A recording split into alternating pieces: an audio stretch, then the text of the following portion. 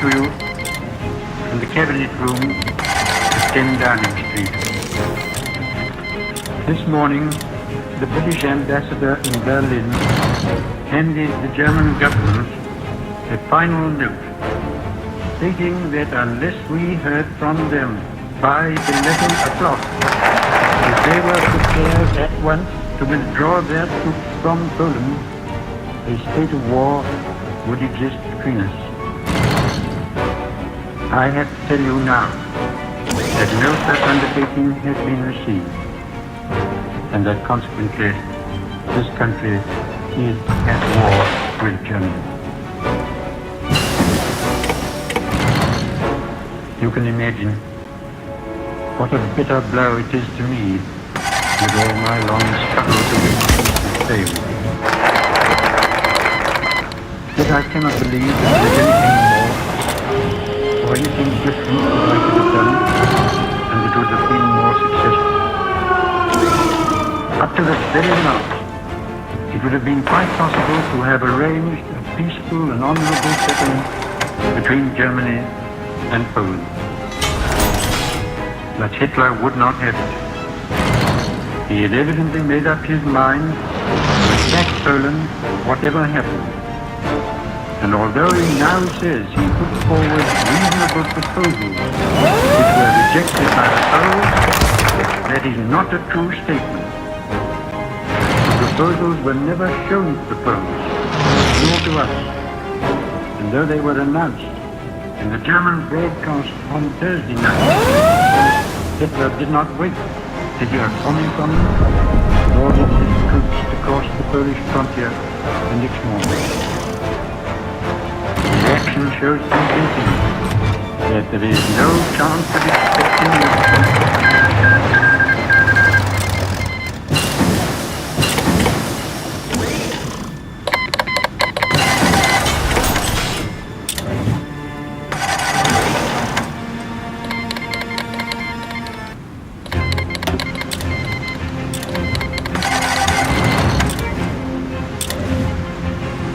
Mr. Speaker, on Friday evening last, I received His Majesty's commission to form a new administration.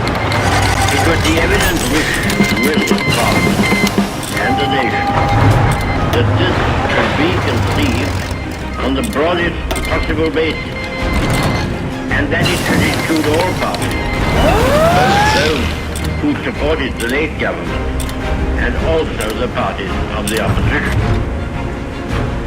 I have completed the most important part of this task. A war cabinet has been formed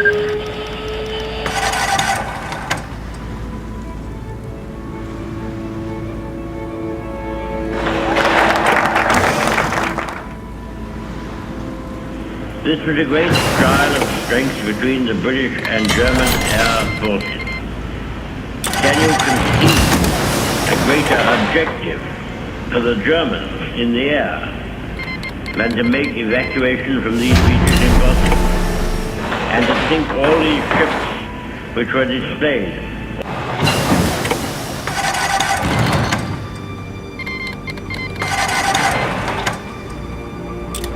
Mr. Speaker, the disastrous military events which have happened during the past fortnight have not come to me with any sense of surprise. Indeed, I indicated a fortnight ago as clearly as I could to the House that the worst possibilities were open. And I made it perfectly clear that whatever happened in France would make no difference to the resolve of Britain and the British Empire to fight on, if necessary for years, if necessary alone.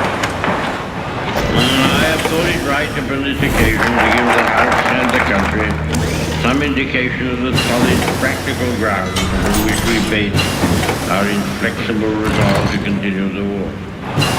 There are a good many people who say, never mind, win or lose, sink or swim, better die than submit to tyranny, and such a tyranny.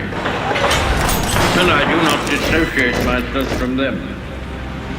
But I can assure them that our professional advisors of the three services unitedly advise that we should carry on the war, and that there are good and reasonable hopes of final victory. We have fully informed and consulted all the self-governing dominions.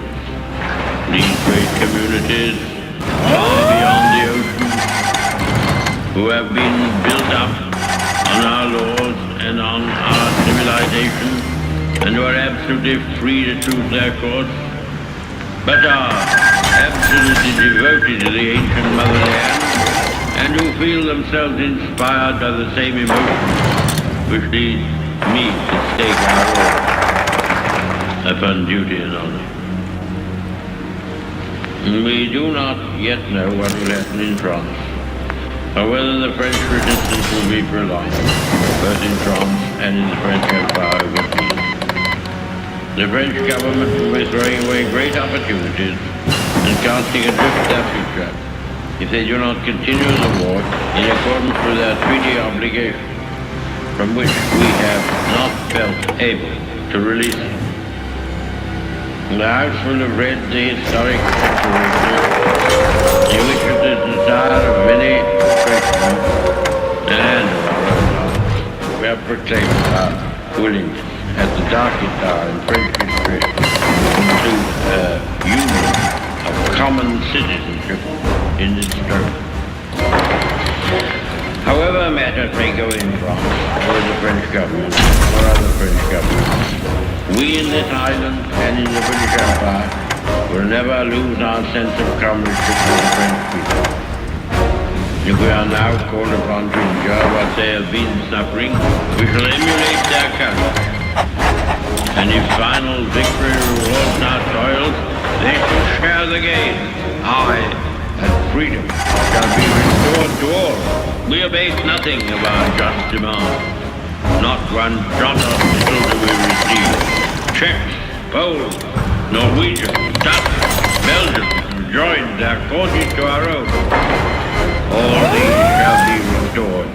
But General Weygand calls the Battle of France enough. I expect that the Battle of Britain is about to begin. Upon this battle depends the survival of Christian civilization.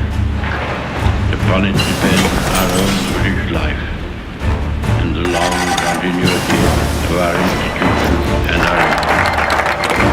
The whole fury and might of the enemy must very soon be turned on us. Hitler knows that he will have to break us in this island or lose the war.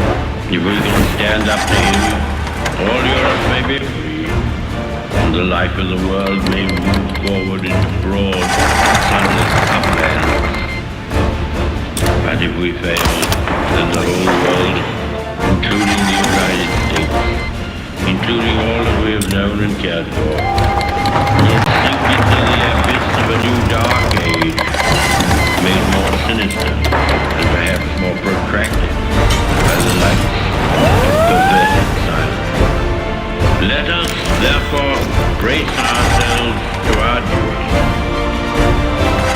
So bear ourselves that if the British Empire and its Commonwealth last for 1,000 years, men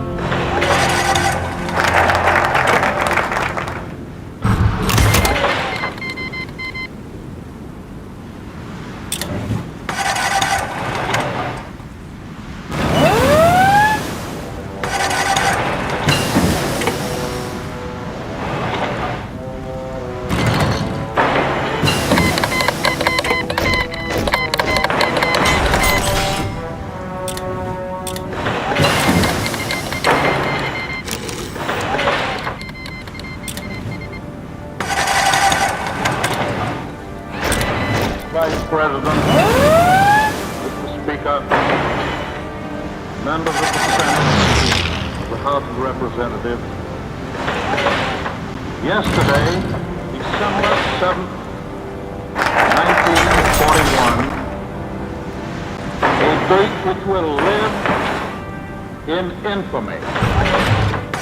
The United States of America was suddenly and deliberately attacked by naval and air forces of the Empire of Japan. The United States was at peace with that nation. And